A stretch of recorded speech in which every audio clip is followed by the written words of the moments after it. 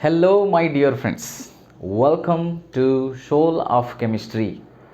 My dear friends, this will be the second class of thermodynamics.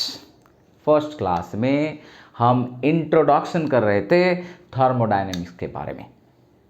My dear friends, system and surrounding के बीच में कैसे heat flow होता है and thermal energy and mechanical energy के बीच में क्या डिफरेंस है, इसको भी हम डिस्कशन कर चुके हैं इंट्रोडक्टरी क्लास में.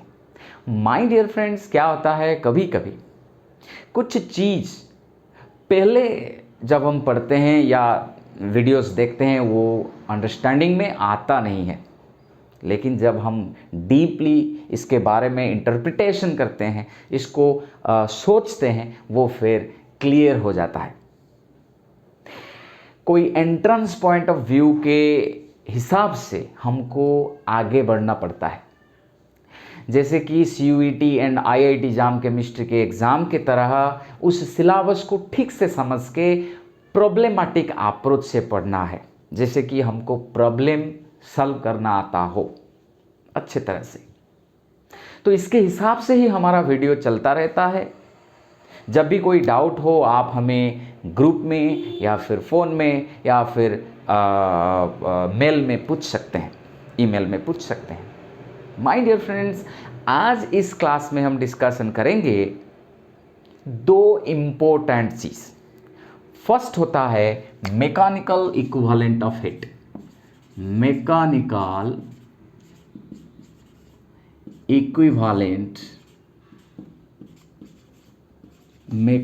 Equivalent of heat. Mechanical equivalent of heat. और इसके बाद हम डिस्कशन करेंगे एग्जैक्ट एंड इनएग्जैक्ट डिफरेंशियल और स्टेट और पाथ फंक्शन के बारे में. माय डियर फ्रेंड्स, मैं हर बार ये बोलता हूँ कि अगर हमको अच्छे तरह से पढ़ना है, हमको मैथमेटिक्स को थोड़ा बहुत तो अच्छे तरह से थोड़ा बहुत तो हमको ज्ञान होना चाहिए मैथमेटिक्स के बारे में. हाँ ठीक है, अगर आपको मैथमेटिक्स अच्छा नहीं लगता है, जब तक मैथमेटिक्स स्टार्ट ना हो इस वीडियो में तब तक आप देख सकते हैं.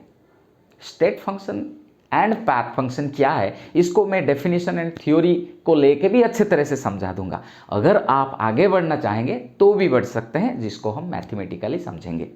ठीक है, ओके, चलिए शुरू करते हैं. Mechanical equivalent of heat. My dear friends, जैसे कि एज द नेम सजेस्ट, जो नाम से हमको इंडिकेट हो रहा है, mechanical equivalent of heat, heat का इक्विवेलेंट के बारे में इधर बोला गया है. माय डियर फ्रेंड्स, हमको पता है work and heat are inter convertible.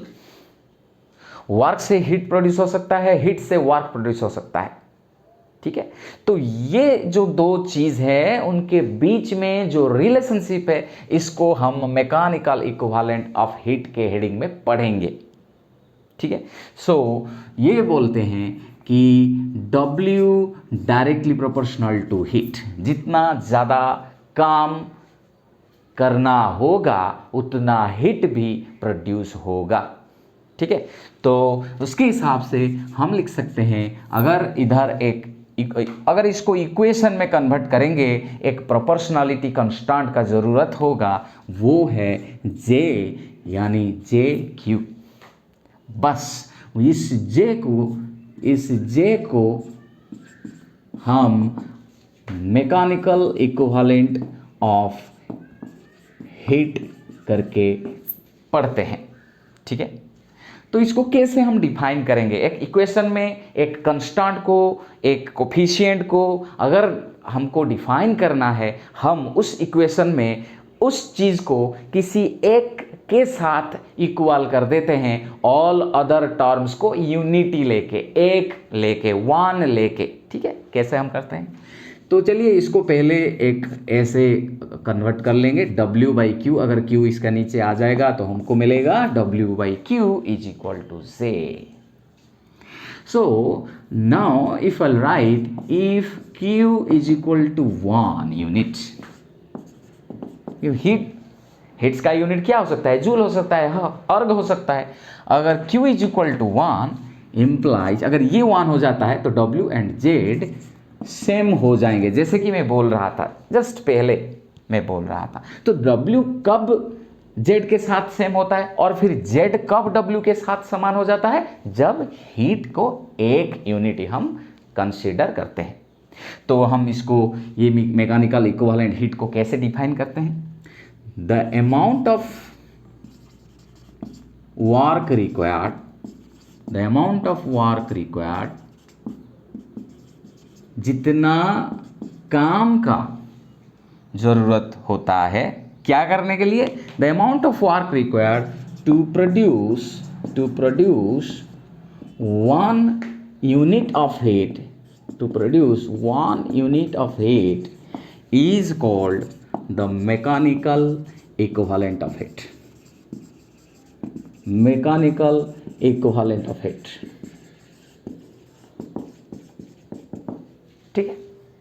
And my dear friends, इस J का वैल्यू कितना होता है, ये J का वैल्यू होता है 4.18 इंटू 10⁻7 ऑर्ग, और इसको जूल में कन्वर्ट करेंगे तो हो जाएगा जस्ट 4.18 जूल, क्योंकि 1 joule is equal to 10⁻7 arc.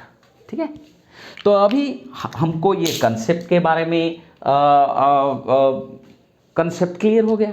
फिर हम इसको लेके एक प्रॉब्लम सॉल्व करेंगे, फिर state function and path function के और चलेंगे।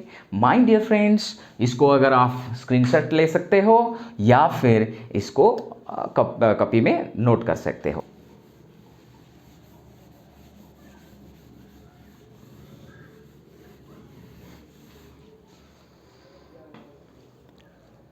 तो चलिए अब चलते हैं एक प्रॉब्लम की ओर।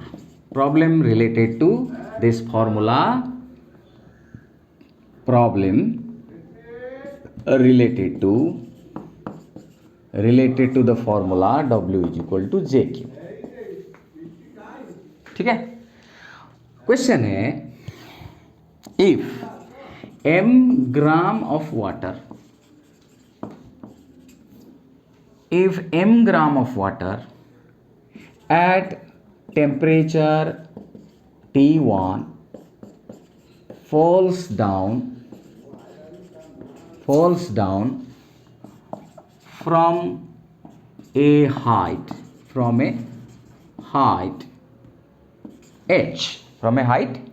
h, and the final temperature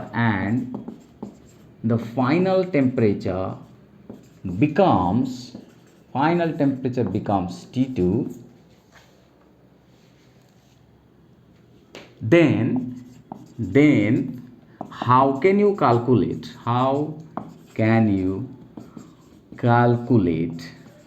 this final temperature? How can you calculate? m gram water h height से नीचे फल कर रहा है और इसका इनिशियल टेम्परेचर 31, तो फाइनल टेम्परेचर क्या होगा, इसको कैसे हम डिटरमिन कर सकते हैं। माय डियर फ्रेंड्स, जब वाटर एक कुछ हाइट h से नीचे आता है तो उसका पोटेंशियल एनर्जी ही हीट में कन्वर्ट हो जाता है।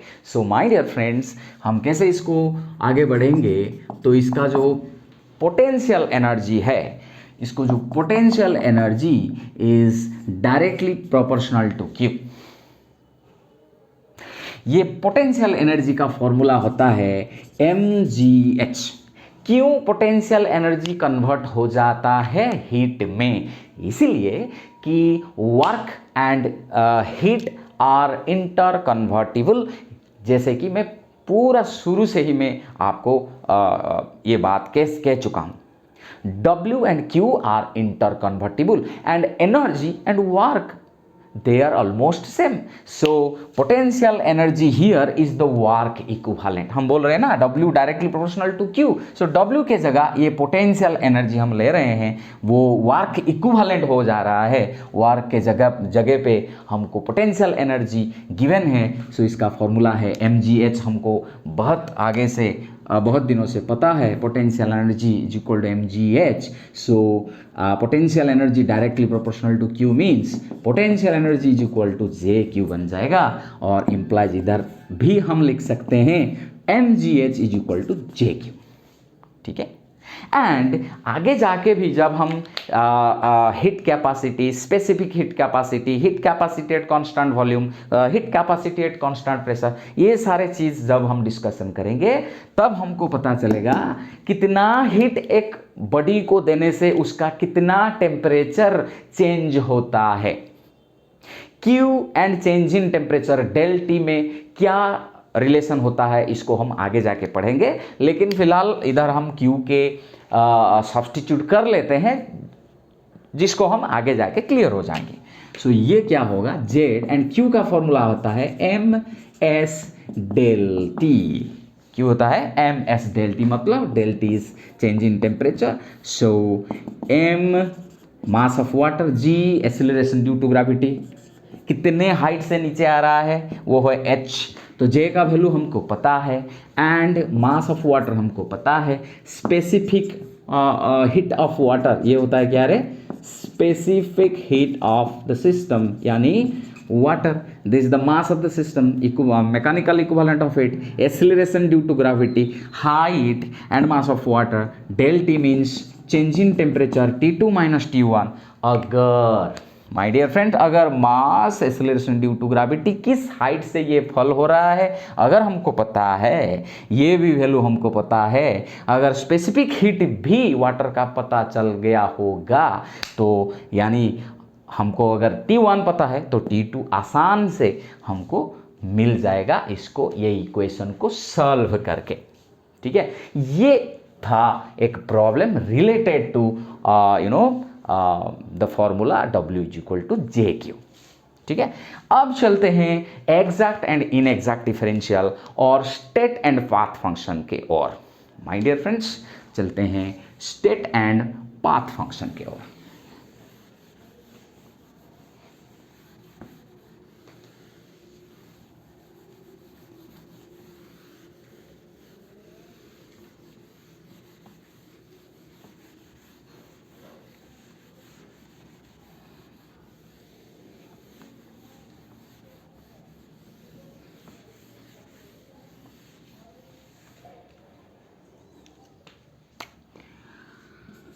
State and path function, state and path function। अगर मैं लिखता हूं Z is a function of x y, यानी x एंड y दो जो वेरिएबल है उसका वैल्यू चेंज होने से ये z का वैल्यू भी चेंज होता है, इसलिए हम लिखते हैं z is equal to function of x and y। अगर आपको डेरिवेटिव एंड पार्शियल डेरिवेटिव का आइडिया है तो ये चीज़ भी आपको प्रॉब्लम नहीं करेगा कि dz is equal to del z by del x dx plus del z by del y dy, ठीक है। ठीक है, इसको मैथमेटिक्स को इधर रखते हैं। चलिए पहले समझते हैं स्टेट एंड पाथ फंक्शन क्या है। समझने के लिए तो एटलीस्ट हमको मैथमेटिक्स का ज़रूरत नहीं होगा। मैं इसलिए बोल रहा हूँ कि अगर आपको मैथमेटिक्स का आइडिया इतना सारा भी नहीं है अब तक के लिए, आगे जाके तो I hope you will try to figure out about all these mathematical needs of you। कब भी जब भी आपका मैथमेटिक्स का ज़रूरत हो तो पढ़ लेना चाहिए, उस पार्ट को तो एटलीस्ट पढ़ लेना चाहिए। आजकल यूट्यूब में भी आपको अवेलेबल है। एनीवे माय डियर फ्रेंड्स, अभी मैथमेटिक्स को आगे लेके नहीं जाएंगे, पहले समझेंगे स्टेट एंड पाथ फंक्शन क्या है। फंक्शन क्या है इसीलिए मैं इसको लिख लिया, ठीक है। अगर मैं बोलूं कि वर्क डन, कितना फोर्स हम दे रहे हैं, कितना डिस्प्लेसमेंट हो रहा है, उसके हिसाब से वर्क डन होता है ना। तो वर्क एक थर्मोडायनामिकल फंक्शन होता है जो कि कुछ पैरामीटर्स के ऊपर डिपेंड करता है। जैसे कि मैं बोलूंगा इंटरनल एनर्जी, इंटरनल एनर्जी एक थर्मोडायनामिकल फंक्शन है जो टेम्परेचर के ऊपर डिपेंड करता है। ठीक उसी तरह अगर ये जेड एक थर्मोडायनामिकल फंक्शन है, वो किस किस वेरिएबल के ऊपर डिपेंड करता है, एक्स एंड वाई। अगर x एंड y का वैल्यू वेरी होता है, जिसलिए इसको हम वेरिएबल बोलते हैं, अगर x एंड y का वैल्यू में चेंज होता है तो z का वैल्यू भी चेंज होता है। इसलिए हम लिखते हैं z is a function of x and y। ठीक इसी तरह से केमिकल थर्मोडायनामिक्स में थर्मोडायनामिकल फंक्शंस भी होते हैं, जैसे कि change in entropy, change in enthalpy, change in internal energy. ये क्या है, इसके बारे में आगे जाके तो हम बहुत अच्छी तरह से डिस्कशन करेंगे। लेकिन अब ये जो सारे फंक्शन बन गया thermodynamical function, change in free energy हो सकता है या फिर हीट, वर्क डन, ये सब एक एक क्या होता है, थर्मोडायनामिकल फंक्शन। उनमें से अगर मैं हीट एंड वर्क डन के बारे में डिस्कशन करूं तो इसको याद रख लेना चाहिए एटलीस्ट कि ये दोनों पाथ फंक्शंस होते हैं, ये दोनों पाथ फंक्शंस होते हैं। ये दोनों को अगर हम एक्सक्लूड करें तो जो हमको मिलता है change in internal energy, change in enthalpy, del H change in enthalpy क्या है, हम आगे जाते हैं ना डिस्कशन करते हैं।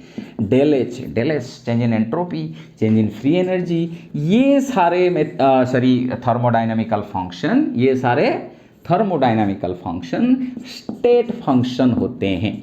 अभी समझते हैं क्या है ये स्टेट फंक्शन। अगर कोई थर्मोडायनामिकल फंक्शन का वैल्यू वो थर्मोडायनामिकल फंक्शन का इनिशियल एंड फाइनल स्टेट के ऊपर जस्ट डिपेंड करता है, किस पाथ से इनिशियल से फाइनल हो गया उसके ऊपर डिपेंड नहीं करता, तो वो होता है स्टेट फंक्शन। सो स्टेट फंक्शन क्या होता है, ए थर्मोडायनामिकल function which does not depend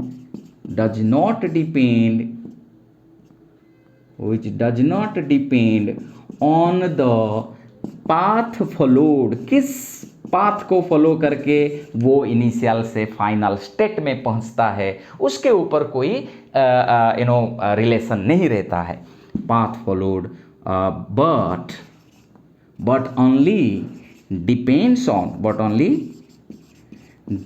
on the initial and final state of the system. Initial and final state of the system is called state function. अगर एक थर्मोडायनामिकल फंक्शन बस खाली उसका इनिशियल एंड फाइनल स्टेट के ऊपर डिपेंड करता है तो उसको हम बोलते हैं स्टेट फंक्शन। इसका मतलब ये होता है, ये जो डेल यू हम लिखते हैं चेंज इन इंटरनल एनर्जी, इसको बोलते हैं चेंज इन इंटरनल एनर्जी। ठीक है, ये डेल यू का वैल्यू होता है final internal energy minus initial internal energy. ये एक बड़ा इंटरनल एनर्जी का चेंज के बारे में लिखा हुआ है। एक लार्ज चेंज डेल यू, एक लार्ज चेंज से अगर छोटा वाला चेंज हम लिखते हैं वो बनता है क्या है, डेल यू से डी यू।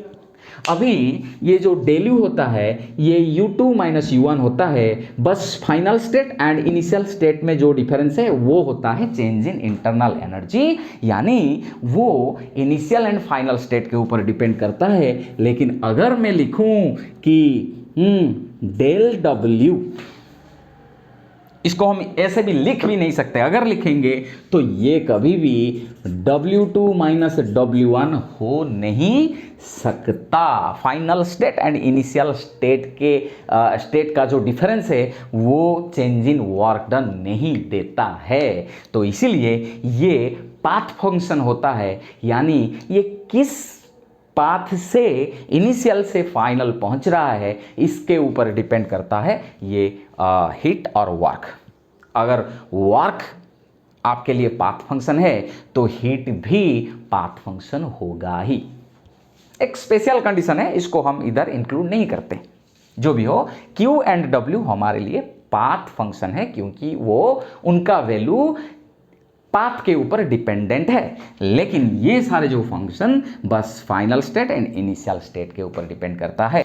तो ये था एक बड़ा वाला चेंज इन इंटरनल एनर्जी जिसका वैल्यू ये जो final state and initial state है उसके बीच में बहुत गैप है, बहुत डिफरेंस है, इसलिए बड़ा वाला चेंज इन इंटरनल एनर्जी। उसको छोटा सा इंटरनल एनर्जी का चेंज के साथ कैसे रिलेशन में हम लाएंगे कि हमको पता है। इंटीग्रेशन का थोड़ा सा आइडिया अगर आपका हो तो हम लिख सकते हैं ये जो डेल यू कैसे हो सकता है, इंटीग्रेशन डी यू लिमिट लेंगे क्या रे, u1 से u2, u1 से u2। अभी ये जो डेल यू जैसे कि हम इधर लिख रहे हैं u2 माइनस u1, ठीक है।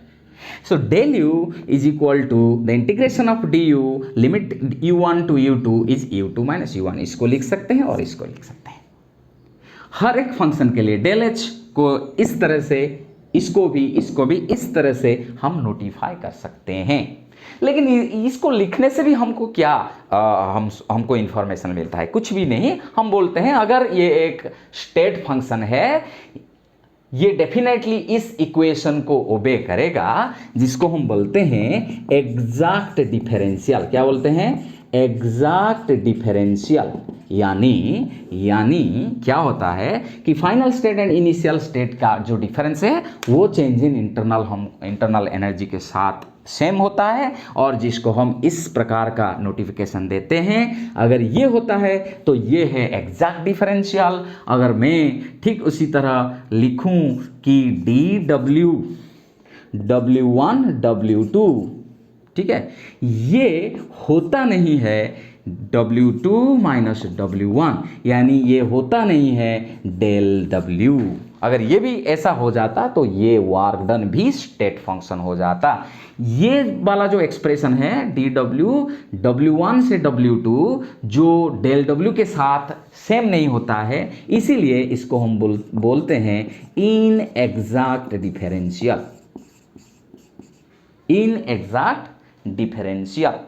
ठीक है, अगर इसमें आपको कुछ दिक्कत हो रहा हो, इसको जब हम एक प्रॉब्लम करेंगे एग्जैक्ट एंड इनएग्जैक्ट डिफरेंशियल को टेस्ट करेंगे, किस फंक्शन को हम एग्जैक्ट डिफरेंशियल बोलेंगे और किस किस को हम इनएग्जैक्ट डिफरेंशियल बोलेंगे, एक प्रॉब्लम भी कर लेंगे, ये आइडिया आपको वेरी क्लियर हो जाएगा। तो अगर dw का इंटीग्रेशन से इनिशियल लिमिट फाइनल लिमिट इसके साथ समान नहीं होता है तो इसको इनएग्जैक्ट डिफरेंशियल और इसको एग्जैक्ट डिफरेंशियल हम बोलते हैं। तो अभी हम चलेंगे, ये जो मैथमेटिकल फॉर्मूला था इसको लेके हम आगे बढ़ेंगे और एक प्रॉब्लम भी कर लेंगे जिसको लेके हमारा आइडिया पूरा क्लियर हो जाएगा। ठीक है, आप ऑनर्स में हैं इसीलिए मैं आगे बढ़ता हूँ, नहीं तो अगर आप जेनरिक इलेक्टिव में हैं और थोड़ा हल्का सा कोर्स में है तो ये सारे चीज़ को इधर से और आगे बढ़ने का जरूरत नहीं है। ओके,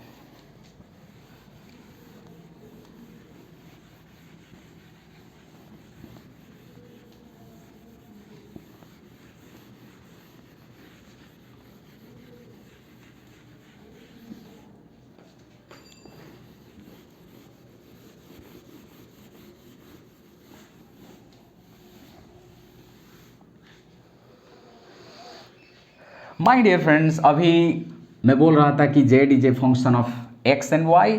अगर z is a function of x and y होता है, इसका जो पार्शियल डेरिवेटिव होता है del z by del x d x, del z by dy होता है। इसको तो हमको याद रखना है, या तो फिर अगर आपको पता नहीं है तो आपको मैं फर्दर क्लैरिफिकेशन दे सकता हूँ। ठीक है, तो dz का वैल्यू हमको पता चल गया। लेकिन अभी हम क्या करेंगे, पार्शियल सेकेंड ऑर्डर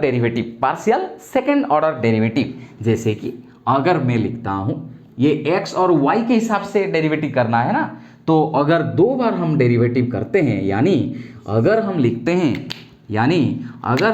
हैं del by del x del z by del y, ये किसके साथ समान होता है, del by del y del z by del x। इसका मतलब क्या है, पहले हम z को x के हिसाब से with respect to x derivative करेंगे, जो वैल्यू आएगा उसको फिर विथ रेस्पेक्ट टू y और एक बार डेरिवेटिव करेंगे। ये ऑर्डर जो भी वैल्यू हमको देगा, ये ऑर्डर को चेंज कर लेंगे, यानी पहले z को y के विथ रेस्पेक्ट डेरिवेटिव करेंगे, जो वैल्यू आएगा उसको फिर x के हिसाब से डेरिवेटिव करेंगे, दो ही वैल्यू समान आएगा। अगर कोई फंक्शन एग्जैक्ट डिफरेंशियल है तो डेफिनेटली इस रिलेशनशिप को मानेगा। If z is an exact differential, z is an exact differential, it will obey, if z is an exact differential, it will obey the above relationship। ठीक है my dear friends, अभी क्या कर सकते हैं, एक प्रॉब्लम लेंगे, ये सारे चीज क्या हमको बोलता है हम इसको टेस्ट कर लेंगे, बस हमारा आइडिया क्लियर हो जाएगा। तो इसको हम इधर रहने देते हैं, प्रॉब्लम को उस साइड पे कर लेंगे।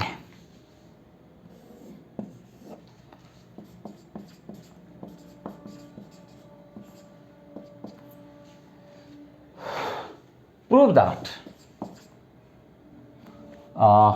if volume is a function of temperature and pressure, prove that dV is an exact differential। कैसे इसको सॉल्यूशन करेंगे, क्या गिवन है, और एक इसको एग्जैक्ट डिफरेंशियल कैसे हम प्रूव करेंगे। जो एग्जैक्ट डिफरेंशियल है वो एक स्टेट फंक्शन होता है, जैसे कि हम इसको एक्सप्लेन कर चुके हैं। माय डियर फ्रेंड्स, सॉल्यूशन में हम कैसे शुरू करते हैं, जैसे कि z is a function of x and y, इधर ये बोलता है v is a function of t and p। ठीक है, जैसे कि हम लिख रहे हैं dz is equal to del Z by del X dx, इधर लिखेंगे dv is equal to del v by del T dt plus del v by, ठीक उसी तरह से del v by other function आ जाएगा, अदर वेरिएबल आ जाएगा, del v by del p dp। ठीक उसी तरह हम लिख लेंगे। लेकिन इसको कैसे एग्जैक्ट डिफरेंशियल प्रूव कर सकते हैं कि हम if del by del T del V by del P is equal to, अगर ऑर्डर चेंज कर लेंगे, पहले ये v को t के हिसाब से हम पार्शियल डेरिवेटिव ले रहे थे, जो वैल्यू आ रहा था उसको t के हिसाब से फिर डेरिवेटिव कर रहे हैं, इधर चेंज कर लेंगे, इधर करेंगे del by del P del V by del T. ये अगर दोनों side, left hand side and right hand side same हो जाते हैं, तो डी भी जो है हमारा फंक्शन वो एक एग्जैक्ट डिफरेंशियल हो जाएगा, यानी स्टेट फंक्शन हो जाएगा। माय डियर फ्रेंड्स, इसको कैसे वर्कआउट करेंगे कि पहले ये del V by del P कितना है इसको हम डिटरमिन करते हैं, del V by del T कितना है इसको डेरिवेटिव करते हैं, फिर इसको इक्वेट करके देखेंगे दो साइड सेम होता है या नहीं। ओके, नाउ हमको पता है P V is equal to N R T. ठीक है, अगर if number of mole is equal to 1, This is number of mole, this is a constant, universal gas constant, this is temperature in Kelvin, volume, this is pressure. Ideal gas equation ये हमको पता है, and R एक constant है, ये भी हमको अच्छे तरह से पता है. If n is equal to 1 so तुरंत PV is equal to RT बन जाता है. ठीक है, ओके. अभी V बन जाता है RT बाई P. अभी ये दोनों को हमको डिटरमिन करना है. पहले से क्या होता है, पहले तो हम डिटरमिन करेंगे del V by del P. क्या करेंगे रे, del V by del P. Partial derivative में जिसके हिसाब से हमको डेरिवेटिव करना है बस उसके हिसाब से डेरिवेटिव निकलता है, और जो सब टर्म होता है वो कांस्टेंट बन जाते हैं.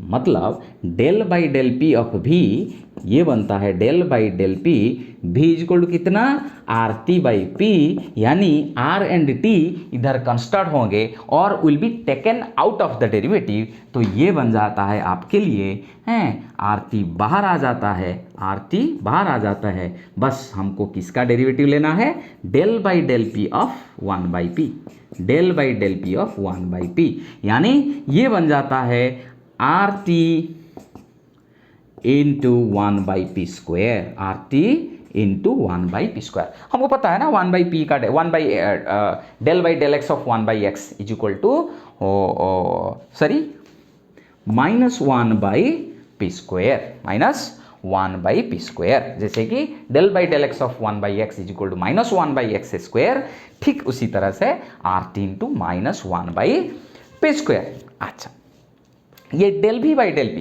Is it visible clearly to you my dear friends? Yes. So now हम क्या करेंगे, del V by del P के जगह ये तो निकल गया, बस और क्या है, del V by del T कर लेंगे. Now now now del V by del T, ये क्या बनता है, del by del T of v होता है क्या, आर टी बाई पी. अगर हम इधर t के हिसाब से डेरिवेटिव करेंगे, r बाई पी वो कांस्टेंट है, वो आउट ऑफ डेरिवेटिव आ जाएगा, और हम इसका डेरिवेटिव निकलते हैं del by del T of t, यानी डेल टी वो कैंसिल हो जाएंगे, बस रह जाएगा क्या रे, r बाई पी. ठीक है, तो अभी हम क्या करेंगे, ये जो del v by del T इधर है, इधर लाके हम इसको सब्स्टिट्यूट करेंगे, और जो del v by del P है ये वैल्यू को भी इधर लाके हम सब्स्टिट्यूट करेंगे. Now putting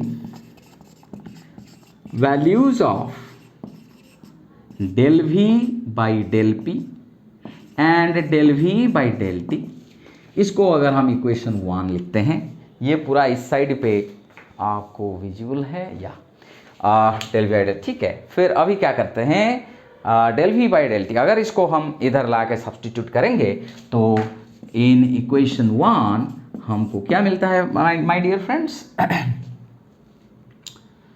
my dear friends ये आपको देता है, तो ये वाला इक्वेशन में डेल बाई डेल टी और del V by del P के जगह ये वैल्यू मतलब इसको डालना है, यानी del by del T of R T into minus 1 by P square. ठीक है, ये बन जाता है कितना, ये बन जाता है कितना, पहले ये जो इस equation now putting the value of del V by del P and del V by del T in equation 1, हम पहले इसको डिटरमिन करते हैं, फिर इसके बाद इसको डिटरमिन करेंगे और देखेंगे ये दोनों सेम होते हैं या नहीं.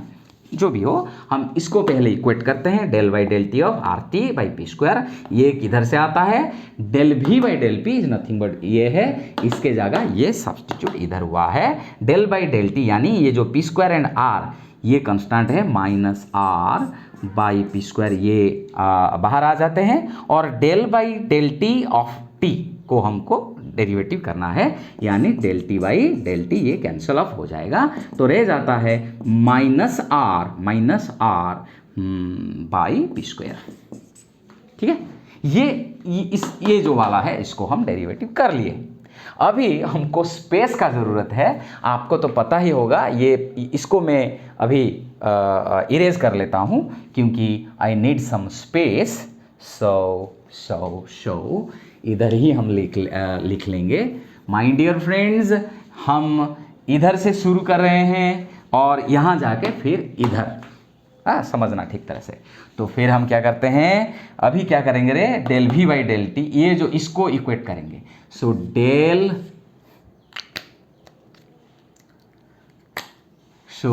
डेल बाई डेल पी किसका, del V by del T का, सेकेंड ऑर्डर डेरिवेटिव दो बार, जिसको हम लिखते हैं D square by D X square, इधर भी del square V by del P del T, इसको सेकेंड ऑर्डर पार्शियल डेरिवेटिव बोलते हैं।